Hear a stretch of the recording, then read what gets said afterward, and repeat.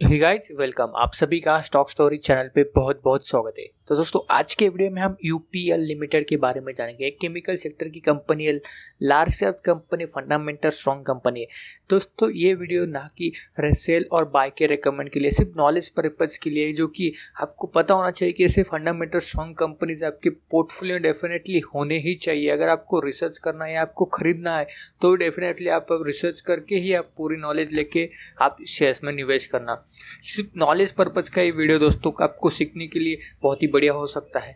Indian multinational company है, तो इसके बारे में हम पूरी डिटेल्स में जानकारी लेंगे। तो इस वीडियो को शुरू करने से पहले दोस्तों, अगर आप शेयर मार्केट में इंटरेस्टेड हो तो आपके पास डिमैट अकाउंट होना बहुत ही ज़रूरी होता है। तो मैंने नीचे आप स्टॉक की लिंक दे दी है, वो लिंक यूज़ करके आप 15 मिनट में ही शेयर मार्केट से जुड़ जाते हैं। सिर्फ आपको आपका Aadhaar card, PAN card, cancel cheque और सिग्नेचर अपलोड करनी होती है। तो गाइस, अपन बात करते हैं यूपीएल, जिसका नाम हमें पहले यूनाइटेड फॉस्फरस लिमिटेड हुआ करता था। तो उन्होंने लगभग 2013 में ही उनका वो नाम चेंज करके यूपीएल लिमिटेड कर दिया था। एक्चुअली ये कंपनी लिस्टेड मतलब 29 मई 1969 में इस्टेब्लिश हो चुकी थी। तो उस वक्त उनका नाम था यूनाइटेड फॉस्फरस लिमिटेड। इंडिया की मल्टीनेशनल कंपनी है, जो Mumbai based, Maharashtra based company है दोस्तों। अगर इनके बिजनेस प्रोडक्ट भी देखेंगे, agrochemical, industrial chemical, chemical intermediates हो एंड स्पेशलिटी केमिकल्स बनाने में अग्रसर है। इनका जो ज़्यादातर फोकस है ना दोस्तों, एग्रो बिजनेस में ज़्यादा इनका सोर्स इनकम आता है। क्योंकि एग्रो और नॉन एग्रो बिजनेस भी ये प्रोवाइड करती है, तो सबसे ज़्यादा इनका फोकस है एग्रो बिजनेस में। इनके जो अभी चेयरमैन एंड एमडी है वो रजनीकांत श्रॉफ है एंड जयदेव श्रॉफ इनके सीईओ है। तो अभी बात करते हैं जिसका करंट मार्केट प्राइस क्या है, वो यहाँ पे देख लेते हैं।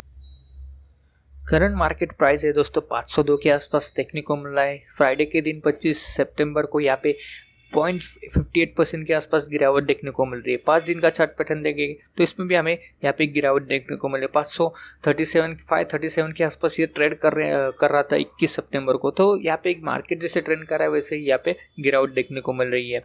ईयर टी लीड की बात की जाए तो साल की शुरुआती दिनों में 588 की प्राइस भी ये रेंज पे देखने को मिला था। उसके बाद एक बार इन्होंने 600 का लेवल भी यहाँ पे क्रॉस कर लिया था, लेकिन जो गिरावट थी उसकी कोविड-19 की सिचुएशन की वजह से लगभग 265 के भी आसपास ही, मतलब 50% के आसपास यहाँ पे गिरावट देखने को मिल रही है।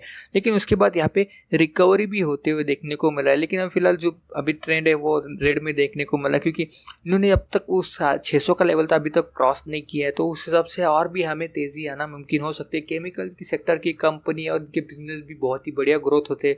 लगभग 150 प्लस कंट्री में इनके प्रोडक्ट यहाँ पे सोल्ड होते हैं, मतलब यहाँ पे बेच देते हैं वो कंपनी।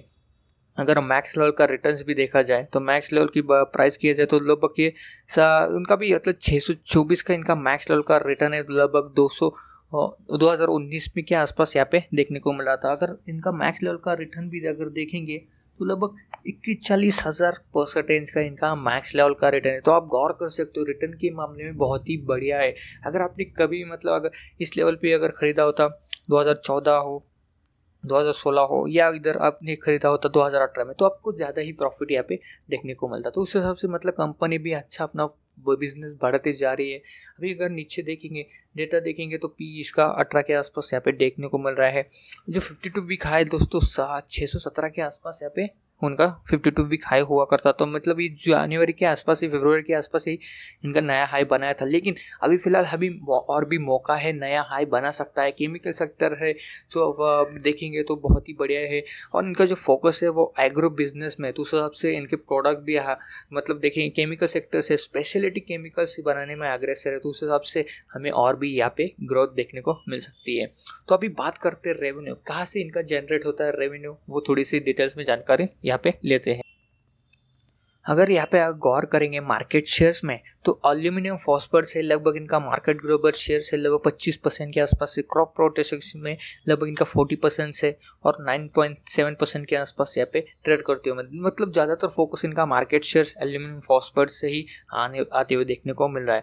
अगर हम प्रोडक्ट्स में देखेंगे तो इनके यहाँ पे देखेंगे तो नॉन एग्रो लगभग 3% के आसपास है। फिर ये जो प्रोडक्ट यहाँ पे प्रोडक्ट नाम से यहाँ पे देखने को मिल रहा है, तो लगभग 39% के आसपास है।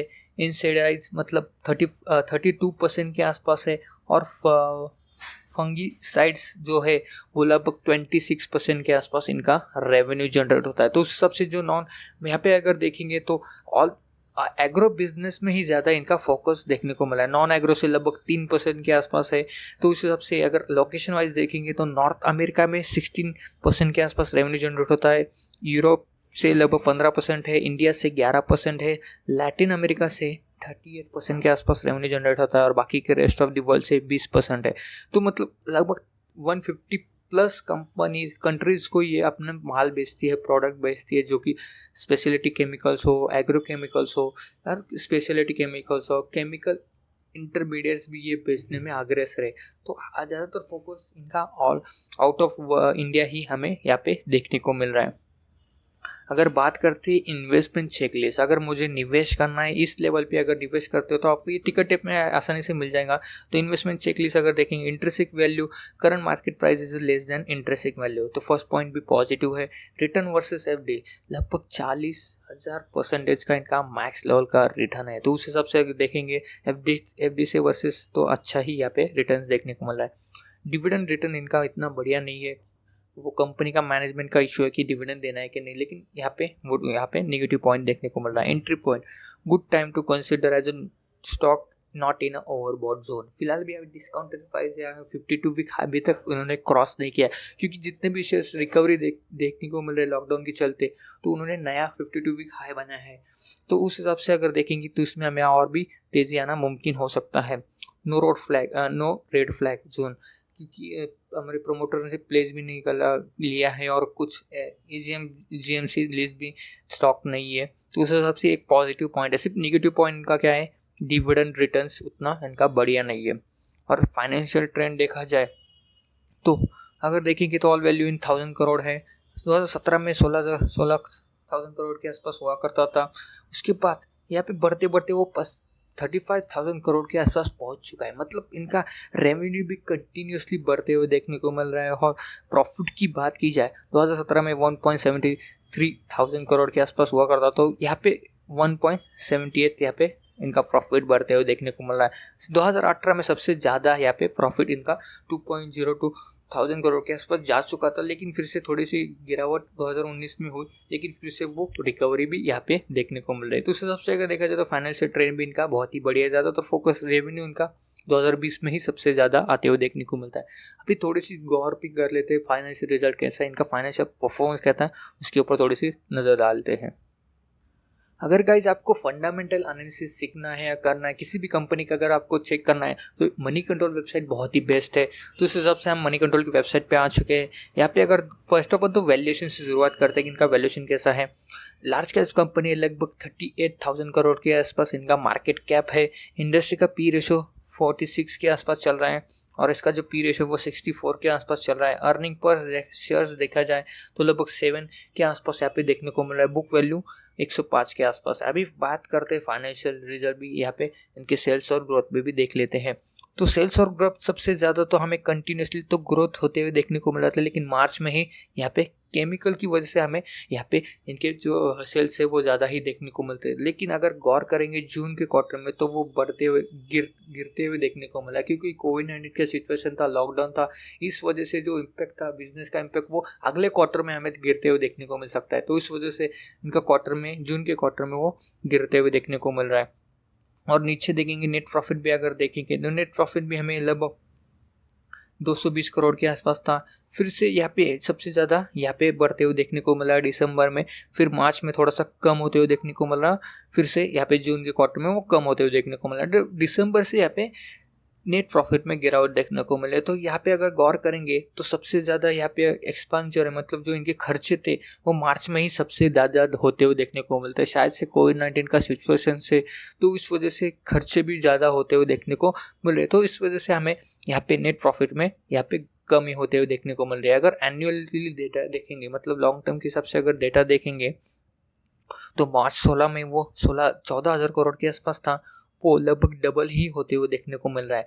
मार्च 2020 तक आते आते वो 35,000 करोड़ के आसपास इनके सेल्स हो जाते हुए देखने को मिल रहा है। नेट प्रॉफिट की बात की जाए तो नेट प्रॉफिट 1,000 करोड़ के आसपास था, वो 2000 करोड़ के आसपास जाते हुए देखने को मिला। तो उस हिसाब से यहाँ पे कंटिन्यूसली हमें ग्रोथ ही नेट प्रॉफिट में होते हुए देखने को मिल रहा है। और खर्चे की बात की जाए तो खर्चा भी यहाँ पे खर्च भी बढ़ते हुए देखने को मिल रहा है। 31 करोड़ के आसपास जा चुका था, मतलब उस हिसाब से इनके सेल्स भी बढ़ते हैं, प्रॉफिट भी बढ़ते हैं, तो उस हिसाब से इनके खर्चे भी ऑटोमेटिकली बढ़ते हुए देखने को मिल रहा है। अगर हम EPS अर्निंग पर शेयर्स और रेशो की बात की जाए तो अर्निंग पर शेयर देखो इनका दोस्तों 18 के आसपास जा चुका था, फिर उसके बाद 34 और उसके बाद 39। 2018 तक इनका अर्निंग पर शेयर्स बहुत ही बढ़िया आ रहा था, लेकिन उसके बाद थोड़ी सी गिरावट देखने को मिल रही है। लेकिन पिछले एज 5 साल से कंपेयर किया जाए तो वो बेटर ही अर्निंग पर शेयर में देखने को मिल रहा है। बुक वैल्यू की बात की जाए तो बुक वैल्यू भी हमें यहाँ पे बहुत ही ज़्यादा देखने को मिला था 2019 में, लेकिन फिर से हमें 2020 में वो कम होते हुए देखने को मिला। तो डेफिनेटली जो अगर गिरावट होती है किसी भी शेयर्स में तो यहाँ पे अर्निंग्स पर शेयर्स वो कम होते हुए देखने को मिल रहा है और बुक वैल्यू भी यहाँ पे कम होते हुए देखने को मिल रहा है। अगर हम इसका बैलेंस शीट चेक किया जाए तो रिजर्व एंड सरप्लस देखा जाए तो रिजर्व इनके बहुत ही बढ़िया देखने को मिला है। 35,000 करोड़ के आसपास कंपनी है मार्केट कैप, और उसमें उनके 16,000 के आसपास तो यहाँ पे उनके रिजर्व यहाँ पे बढ़ते हुए देखने को मिला। मतलब यहाँ पे 50% तो मार्केट कैप से 50% तो यहाँ पे इनके रिजर्व बढ़ते हुए देखने को मिला। तो ये पॉजिटिव पॉइंट हो सकता है कंपनी के लिए। और नीचे अगर बात की जाए तो डिविडेंड की और ये सब देख लेते हैं, डिविडेंड रेशियो इनका इतना बढ़िया नहीं है, हमने तो चेक कर लिया। तो साल में सिर्फ एक ही बार यहाँ पे कंपनी अपना डिविडेंड देती है आ रही है। तो कंपनी का मैनेजमेंट का इशू है डिविडेंड देना है या नहीं, लेकिन आप डिविडेंड से भी पैसे कमा सकते हो। अगर एक शेयर्स के पीछे आपको 3 रुपये 4 रुपये का भी डिविडेंड मिलता है तो आप बहुत ही बढ़िया कमा सकते हो। अगर आप लाखों में खेल रहे हो या हाँ था आपके पास ज़्यादा शेयर्स हो तो। आप बोनस की बात की जाए तो 2 लाख साल उन्होंने अब तक 2 बार बोनस दे दिया है। और स्प्लिट की बात की जाए तो स्प्लिट एक बार यहाँ पे होते हुए देखने को मिला 2005 में। मतलब ऐसे बोनस हो, डिविडेंड हो या स्प्लिट हो तो उससे आप पैसे बहुत ही डबल, मतलब निवेश करके आप होल्ड करके रखो ना तो आपको ऐसे बोनस और डिविडेंड का फ़ायदा मिल सकता है और आप उससे ही बेटर अच्छा प्रॉफिट कमा सकते हो। अगर शेयर होल्डिंग की बात की जाए तो प्रमोटर होल्डिंग हमें कंटिन्यूसली स्टेक करते हुए देखने को मिल रहा है। प्लेज की बात की जाए तो प्लेज यहाँ पे बढ़ते हुए देखने को मिल रहा है। तो निगेटिव पॉइंट नहीं है, लेकिन अगर ये 25% के आसपास जाता है तो हमें दिक्कत हो सकती है। लेकिन क्योंकि फिलहाल अभी 9% के आसपास है, मतलब अपने प्रमोटर ने अपने शेयर्स गिरवी रखे पैसे उठाए, क्योंकि कोविड-19 का सिचुएशन हम कह सकते हैं कि कुछ ना कुछ प्रॉब्लम हो सकते हैं बिजनेस चलाने के लिए। तो उस वजह से शायद प्रमोटर्स यहाँ पे अपने शेयर्स गिरवी रखते हुए देखने को मिला है। तो सितंबर 19 में देखेंगे तो वह सिर्फ 2% के आसपास हुआ करता था, वो 7% के आसपास बढ़ चुका है। तो 25% के आसपास चल जाता है। अगर 25 के ऊपर जाता है तो आपके लिए वो खतरादायक होता है, नेगेटिव रिस्क फैक्टर होता है किसी भी आपको निवेश करने के लिए। फॉरेन इन्वेस्ट की बात की जाए तो फॉरेन इन्वेस्टर यहाँ पे कम होते हुए देखने को मिल रहा है। टोटल जो डोमेस्टिक इन्वेस्टर्स है वो यहाँ पे बढ़ते हुए देखने को मिल रहा है। लाइफ इंश्योरेंस की बात की जाए तो लाइफ इंश्योरेंस जो है वो कंपनी यहाँ पे स्टेक बढ़ाते हुए देखने को मिल रही है। और म्यूचुअल फंड की भी बात की जाए तो म्यूचुअल फंड भी यहाँ पे लगातार स्टेक बढ़ते हुए देखने को मिल रहा है। तो म्यूचुअल फंड हो या इंश्योरेंस कंपनी, वो लगातार जैसे कंपनी में हमें अट्रैक्टिव वो इनका बिजनेस चलते हुए देखने को मिलता है, वैसे ही म्यूचुअल फंड या लाइफ इंश्योरेंस वाली कंपनी यहाँ पे स्टेक बढ़ाते हुए देखने को मिलती है। तो इस हिसाब से अगर देखेंगे तो ऑल डेटा तो बेस्ट है इनका, सिर्फ प्लेस की वजह से और जो हमें मार्च में थोड़ी सी यहाँ पे जून के क्वार्टर में थोड़ी सी सेल्स में गिरावट की वजह से कह सकते हैं कि निगेटिव पॉइंट नहीं था, लेकिन एक्सटर्नल इशू की वजह से यहाँ पे गिरावट देखने को मिले। तो हम अपेक्षा कर भी कर सकते, होप कर सकते कि आने वाले कुछ क्वार्टर में हमें अच्छा परफॉर्मेंस देखने को मिल सकता है, क्योंकि लॉकडाउन के जैसे जैसे हट जा रहा था वैसे वैसे यहाँ पे बिजनेस में इनकी सेल्स में ग्रोथ होने देखने को मिल सकती है। तो आप पूरी रिसर्च करके अगर आपको निवेश करना है, क्योंकि करंट मार्केट प्राइस में अगर खरीदो तो बेस्ट हो सकता है, क्योंकि इनका 52 वीक का हाई इन्होंने अभी तक क्रॉस नहीं किया जब से लॉकडाउन के चलते हुए देखेंगे। तो यहाँ पे भी अगर शॉर्ट टर्म में भी देखेंगे तो हमें और भी चांसेस देखने को मिल सकते हैं। तो डेफिनेटली आप पूरी रिसर्च कर लो, अपने फाइनेंशियल एडवाइजर से एडवाइस करके आप कुछ भी यहाँ पे सोचना। तो आई होप, आशा करता हूँ ये वीडियो आपको पसंद आ गया होगा। तो इस वीडियो को लाइक कीजिए, अपने दोस्तों के साथ शेयर कीजिए। आपके मन में कोई डाउट के रहे हो तो हमें कमेंट बॉक्स में कमेंट जरूर कर देना। अगर आपने अभी तक हमारे चैनल को सब्सक्राइब नहीं किया तो प्लीज़ जल्दी से सब्सक्राइब कर देना और बेल आइकन को जरूर प्रेस करना, क्योंकि अगले वीडियो की नोटिफिकेशन आपको मिलती रहे। तो अब तक के लिए धन्यवाद।